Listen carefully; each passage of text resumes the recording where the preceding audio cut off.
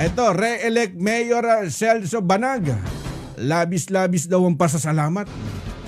Talagang umaapaw yung pasasalamat sa mga mamamayan ng Ramos dahil muling pagkapanalo Ano kaya, hindi magsisisi ang taga Ramos Tarlac sa muling pagkapanalo?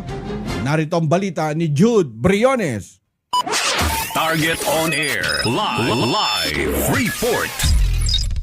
Karex, labis-labis ang pasasalamat ni re-elected Mayor Celso Banag sa bayan ng Ramos Tarlac sa mga kababayan nito sa kanilang muling pagtitiwala sa kanya na sa ikalawang pagkakataon ay muli siyang inihalal bilang alkalde sa katatapos lamang na national at local election 2025.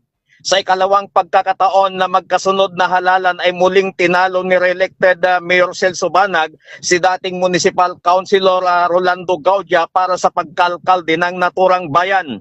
Sa unang termino ng pamumuno ni re-elected Mayor Celso Banag ay kanyang pinakita ang kanyang kakayahan bilang ama ng bayan ng Ramos Tarlac nang iginawad ang pinakamataas at pinakamahirap na makamit na parangal mula sa Department of Interior and Local Government o ang DILG, ang Seal of Good Local Governance ng magkasunod na taon noong 2023 at 2024. Tumanggap din ito ng Excellence Award, Seal of Child-Friendly Local Governance at marami pang iba. Naiangat din niya ang antas ng munisipalidad ng Ramos mula sa 5th class na naging 4th class municipality. Isang patunay na kahit maliit ang bayan ng Ramos Tarlac, malaki naman ang posibilidad na maitaas dahil sa matino, mahusay at tapat na pamumuno ni re-elected Mayor Celso Banag.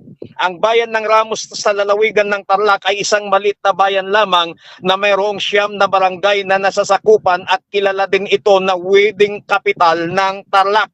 Ayon kay re-elected Mayor Celso Banag ay patuloy itong maglilingkod ng tapat, maayos at may malasakit para sa lahat ng mamamayan ng Ramos Tarlac at makakaasa ang mga Ramosinyan na hindi masasayang ang tiwalang muling ipinagkaloob nila sa kanya upang muling pamunuan ang naturang bayan.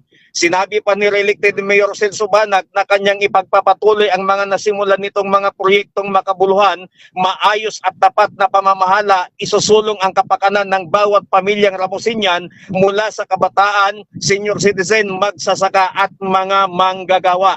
Mula dito sa Ramos Tarlac, Jude Briones na bulat. Yes, correct.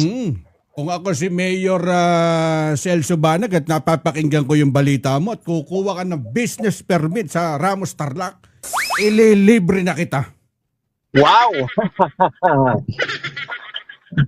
Talagang dadagsain, Karex, ng mga business sector pag gano'n ang gagawin ni Mayor Celso Banag. Dahil napakaganda, kumbagay inisyatibo na ginagawa ni Mayor dyan sa kanyang mga kababayan. Yes, Karex. Okay, ganyan, Jude. Okay, mula dito sa bayan ng Ramos Tarlac, Jude Briones nagulat para sa Target on Air sa DZME 1530 ang Radyo TV. Target on air. Live report.